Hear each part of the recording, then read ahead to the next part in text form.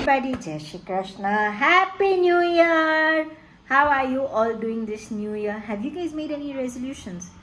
I personally don't believe in resolutions, but yeah, here I am with another topic, another day, and another video, just here speaking my heart out, right? So since in my previous video we spoke about Navratri, it made more sense for me to continue and speak about Diwali because they're kind of interrelated. So I thought that let me shed some light on Diwali. So basically, Diwali is celebrated for two reasons. One, good over evil, of course, and secondly, because that is when Rama returned back to Rama returned back to Ayodhya. So those are the two main. Where did he return back from Ayodhya? He returned back to Ayodhya from exile after 14 good years. Okay, so those were the two main celebrations. So if you will notice, Diwali is celebrated around 15 days after Navratri. And technically, that is what it said, that the distance between Sri Lanka and Ayodhya was around those many days. So after, of course, Ravana was killed by Ram. The exile for Ram also ended on the same day, if I'm not wrong. And that is when Lord Rama started his journey back to Ayodhya from that day. So it's about 15 days. I'm not very sure, but that is what people say, that it's about 15 days. So that is why Diwali is celebrated all over the world. Of course, it's a new beginning. Basically, that is our new year. Diwali is our Hindu New Year. So it's new beginnings, good over evil, and just all of that. So that is Diwali is as I mentioned in my previous video, Diwali is celebrated according to the Hindu calendar, and it falls on the same month as Ashok, but on now no moon day, so or Amavas, when of course there's no moon, and then Kartak Sud Ekam is now the new year. So that's Kartak is now the new month of the Hindu calendar, and it's the first month of the year for the Hindu calendar. Basically, Diwali actually begins from it lasts for about 5 to 6 days. So it starts with Agyaras, then Baras, then there is Dhanteras, then there is Kari Chaudas, and then there is Diwali, and then there is the New Year. So the significance of each day holds is just different deities are worshipped. Like on Dhanteras, it said that it's good. It's a good sign to buy gold or silver. Dhanteras basically means Dhan means wealth, and Teras is the 13th day, basically, of the lunar calendar. So that is what it means. Ekadashi is Agyaras, which is the 11th day. Then Baras is the 12th day. In my tradition, or in my house at least, that is the day we do prayers at home. That is when our Diwali starts. That is Diwali. If I don't know if you know, but Diwali is also known as the light of festivals. So that is actually the day when people start lighting candles outside their houses. And all of that, right? Diwali is also known for Ma Lakshmi, who's again the deity for wealth. So she's also worshipped on Dhanteras as well. Then there is Kari Chaudas. So some people do Nived. Nived is basically, making different types or particular types of dishes to offer to your God. Every family has a different what do you say? Different Mataji that they worship. They Kurdevi basically. I'll find out what Kurdevi means. And Nived is basically for the Kurdevi and the Kurdevta that they they worship. We worship all kind of gods, but that's very specific. And then of course Diwali is celebrated with you go to people's houses, you give them gifts, people come to your houses, give you gifts. Then there's New Year's. I think the New Year's is mostly for the Gujaratis, not for the entire community, but I'm not sure about that. But from what I do know, that yes, New Year's is only for the Gujaratis, right? So that is about what the Diwali people burst fireworks, people just celebrate making food at home. They make sweet dishes at home. Of course, nowadays people hardly make stuff. We just get ready-made. I personally get ready-made. I don't know how to make stuff, so let's not get there.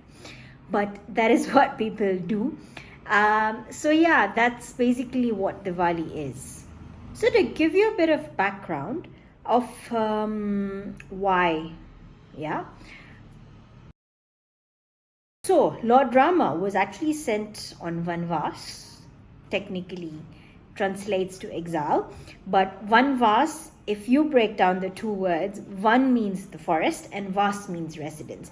So Lord Rama was sent on exile by his stepmother, Kaikai.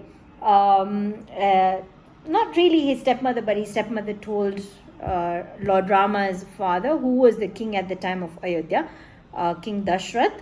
King Dashrath had 3 wives, Kaushalya, Kaikai and Sumitra. Kaushalya was the eldest, and her son was Lord Rama. Then came Kaikai. Kaikai's son was Bharata. Sumitra had twins. Her 2 sons were Lakshman and Shatrughna. Dashrath. So you know what used to happen in the olden days, when you would promise something to someone, and somebody tells you owe me one, you can't say no. So during these olden days, I think there was a time Kaikai had done something for Dashrath, and King Dashrath had promised Kaikai that in the future, whenever Kaikai wants something, King Dashrath basically owes her one.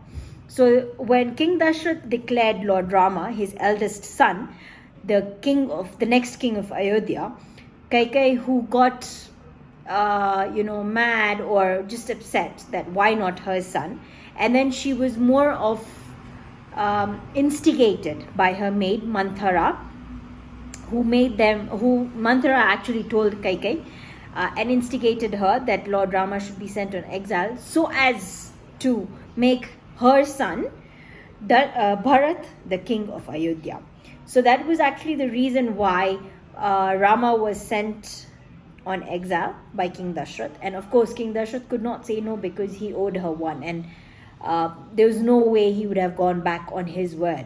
So this was the reason that Lord Rama, Ma Sita and Lakshmana, who was also Rama's brother, went to exile in the forest for 14 years. So also within this exile term, Kaikai had said that Lord Rama cannot enter any village or any town. He must spend 14 years of his life in the forest. So Lord Rama basically, spent his life, Lord Rama basically spent 14 years in the forest, but he spent this time in very different places. The main forest that he spent his exile period was Chitrakoot. But along with Chitrakoot, these are the places where all he traveled through. He learned a lot along the way. He met a lot of, high-end Maharishis, sages, did penance. He did a lot of other things except for just spending his time in the forest. So these were the places. During the 14 years of his exile, Lord Rama spent his time in the following places. So he started with Tamasa River, which is 20 kilometers away from Ayodhya. Here he crossed the river by boat. Then he went to Shringvapur pilgrimage, which is about 22 kilometers away from Pragyaraj. he reached Shigapur, which was kingdom of Nisharad Guru, who also ended up being his friend and his devotee, and then he went to Kurai village. After crossing the Ganges of Singapore, Sri Ram stayed at Kurai. Then from there he went to Prayag. Sri Ram reached Prayag along with his brother Lakshman and wife after moving ahead of Kurai. Prayag is currently called Pragyaj. Then he went to Chitrakoot, which is said to be the main forest where he spent about 11 years of his exile there.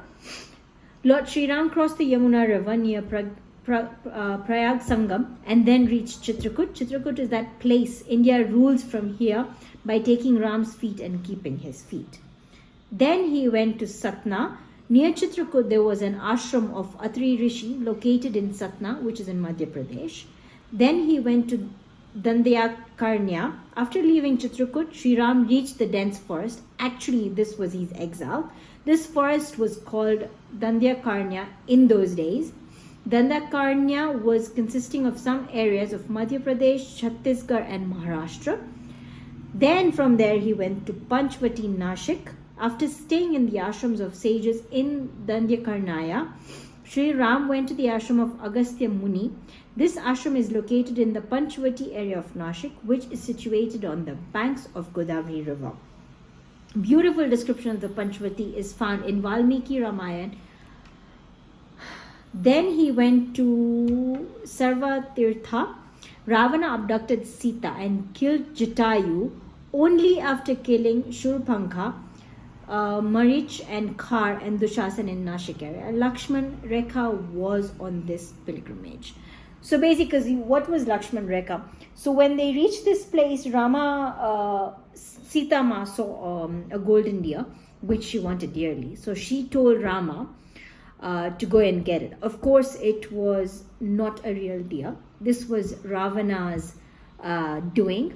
So basically, why did Ravana? Shurpankha was Ravana's sister. Now she was eyeing Rama, and this was not right on her part. So Lakshmana actually, who was Rama's brother, cut her nose. So in the process of taking revenge, Ravana actually wanted to abduct Sita Ma and then make Rama suffer, right?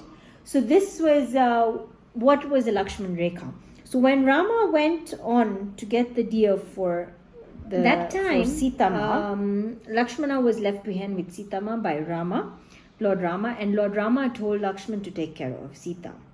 Now in this, what happened was that for some reason Ravana actually became Rama and shouted Lakshman. So Lakshman thought that his brother was in danger, and so did Sita Ma.